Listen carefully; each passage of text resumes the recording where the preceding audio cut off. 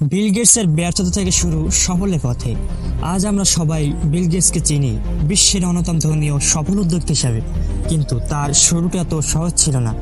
যখন তিনি কলেজে পড়তেন তখন বন্ধু পল অ্যালেনকে নিয়ে একটি সফটওয়্যার কোম্পানি শুরু করেন।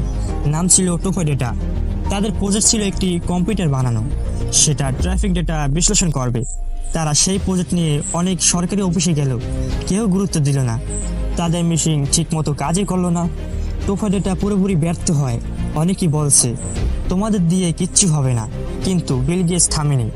এই ব্যর্থতা তাকে তিনি শিখলেন ব্যর্থতা শেখার সুযোগ থেমে যাওয়া নয়।